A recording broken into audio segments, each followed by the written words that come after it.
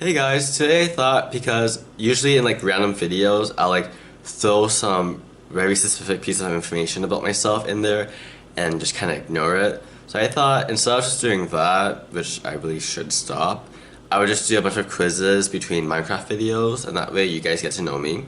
I get to spill some shit about my past and we can all just move on. I feel like what kind of intro was that? So today we are doing the Myers-Briggs personality. Myers-Briggs Type Indicator. I keep saying personality. It's MBTI. Anyways, let's get started before I make a fool of myself. So something that I don't want to do while doing this is talk about each question individually, because you enjoy vibrant social events with lots of people. You really want me to explain that? Yes, I love being with people.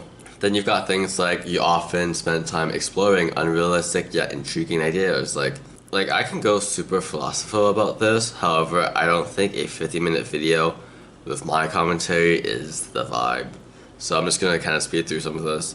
Oh, question number 3 actually is calling me out. Your travel plans look more likely to look like a rough draft than a detailed itinerary. So the thing is, with some of my friends, mine looks like a 50-page long itinerary of everything I want to do. However, to other people, mine kind of just like things I want to do that do make sense. However, it's not organized by like booking and reservations. It's just things I want to do.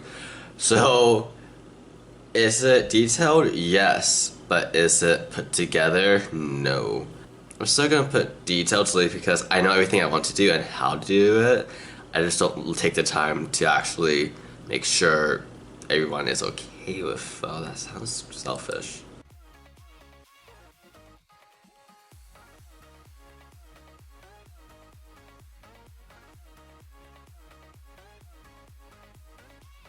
Oh, if you have to temporarily put your plans on hold, you make sure it is your top priority to get back on track as soon as possible.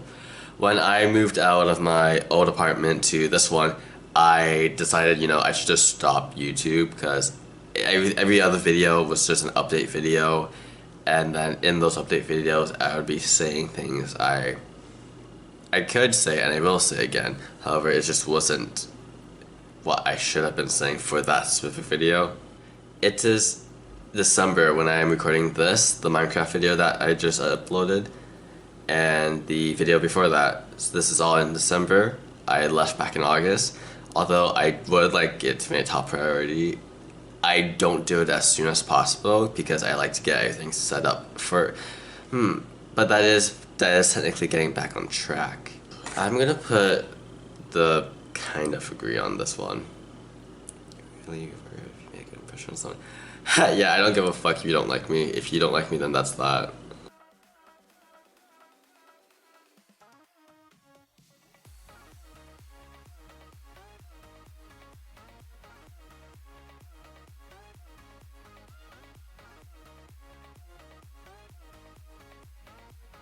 Oh, you often find it difficult to relate to people who let their emotions guide them. I was actually talking about this last night with a few of my friends. Although I can help people out emotionally, it's not my forte. Emotions kind of disgust me. So when people are always talking about how their emotions take over, I don't understand that because, like, yes, I understand what I want, but it's not logical to always let it be the reason for. Without emotions, logic is just evil. However, some things require more logic than emotion.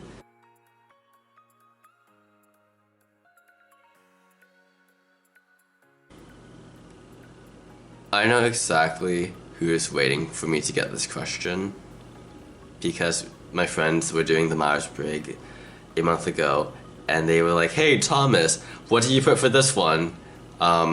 So to answer that, well, it's one of those things, when you make a mistake you tend to start doubting yourself, and people who can make mistakes and not, people who can just move on and not even try to analyze it, they're the real villains here. I don't get people like that. When you're at a social event, you really try to introduce yourself to new people and mostly talk to the ones you already know. The point of a social event is to be social, and maybe it's just the way I was raised to always like have connections with people. If you only talk to the people you know, you never really learn.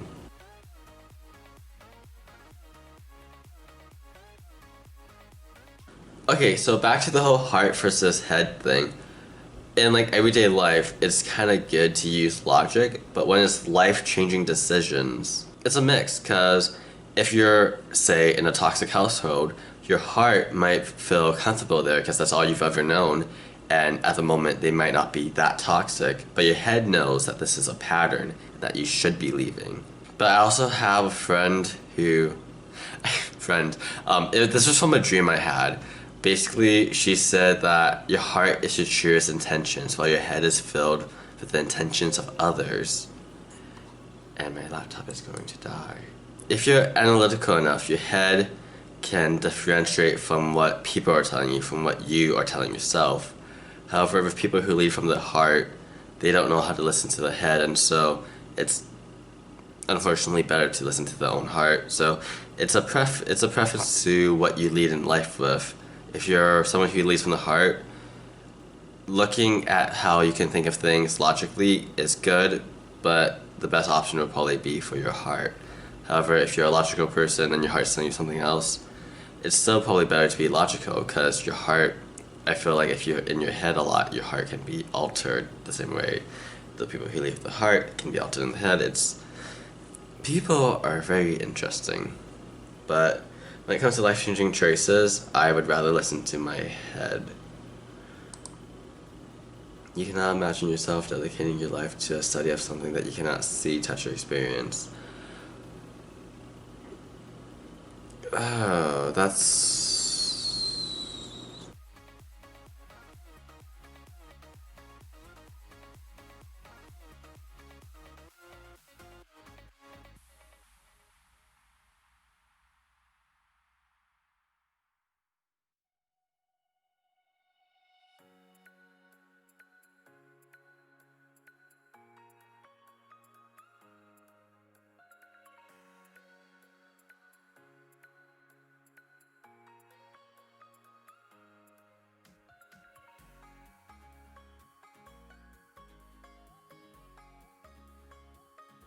Okay, I fast forward by accident.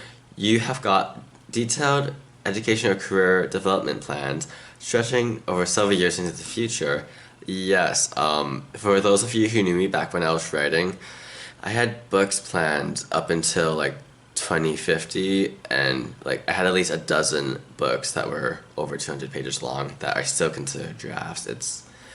You really will I mean, yeah, like I might regret it, but it's like I can't change it, you know? Like, do I regret? I'm not gonna get into that actually.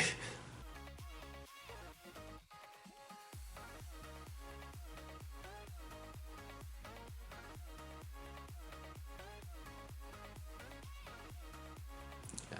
Okay, yeah. You still honor the commitments you have even after you've had a change of heart. You promised that person you'd do something. So you can't just change it now. You made a promise, which could be bad depending on the situation. However, if you ever thought in your head there would be a doubt that you would end up changing, you shouldn't have promised them that. So if you made a commitment, you're sticking to it.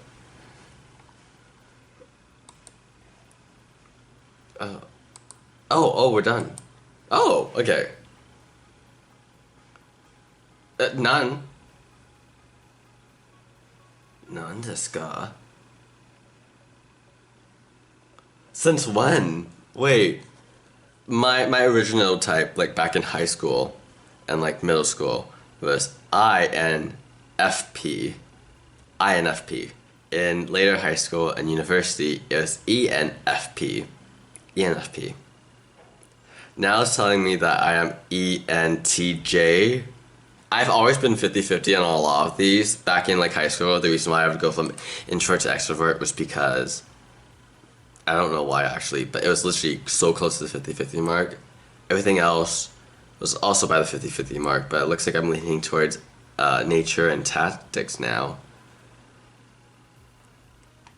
Wait, I have never been judging or thinking in my entire life.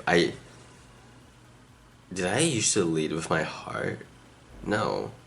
I didn't. No. What? With the ENTJ personality type, we are people of momentum. We gain personal satisfaction from achieving things, and in relationships, we look at the logical side of things rather than the emotional. For strengths and weaknesses, we are efficient, creative, and outgoing. However, that can lead to being arrogant, intolerant, and just not a vibe. Also, this mic sucks, so I'm so sorry for not giving you a proper explanation, but the video did no justice to that. So I'm just gonna end it here. Thank you so much. If you want to learn more, 60 personalities, ask them all. Oh my god. Because the thing is, after I got my results, I was going to, I was going to go onto the personality database and show you who else I got, because for the last few years I've been getting ENFP. But now I need to go to the personality database to see who the fuck is an ENTJ. You got. So, if you guys know what the anagram thing is, it's divided into 9 wings, and my first wing is not any of these. However, my second is EW7, and EW7 seems to have a few people with that. Hold on, I'll grab my phone.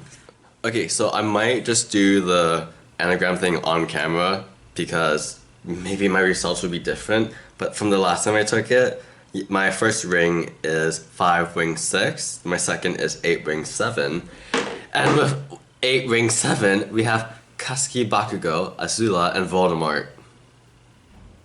And they all have the same personality type as me. We're not gonna talk about light. We just aren't Napoleon. Wait. It's the other. It's the.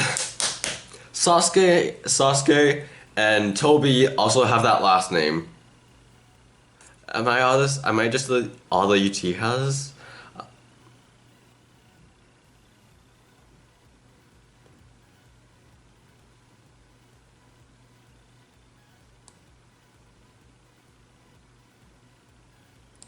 One of these things is not like the others.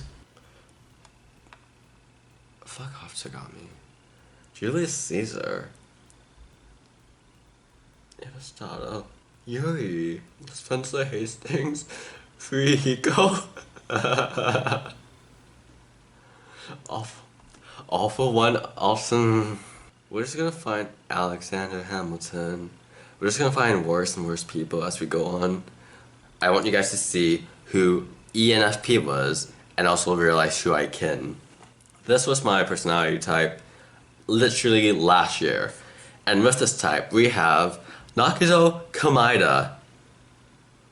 Even before my friends knew me, even before my friends knew that I kinned him, when they watched Danganronpa, they were like, oh, this is Tommy. If we scroll down just a bit more, we also have Junko Enoshima and Harley Quinn. And then if you scroll down further, oh, wait. Ibuki, there we go. Yeah, so a lot of my kins were ENFP. However, I'm no longer ENFP. I thought this video was gonna call me out for, those people. However, they've clearly called me out for something else. And we probably just shouldn't talk about that. So that was the Myers-Briggs Type Indicator, and I know this isn't a fun personality thing, you should take it serious. However, this was used back in the World Wars to sort women into the workforce so that everyone was more usable. It's kind of been outdated since then, but it's still pretty handy to learn about yourself. And no, I'm not going to use this as, let's just zodiac sign kind of thing. It's a fun thing to learn about yourself, and just because you change doesn't mean that's bad, it just means that you're growing. Being close to the 50-50 mark, I think that's pretty good as a human because you're both perceiving, thinking, yada yada, in and out. And thank you guys so much for watching. Definitely, I think I should do my anagram after this. ENTJ, huh? Thank you guys so much for watching. If you enjoyed, please leave a thumbs up. Subscribe if you're new and want to see more of me. And I will see you guys next time. Goodbye.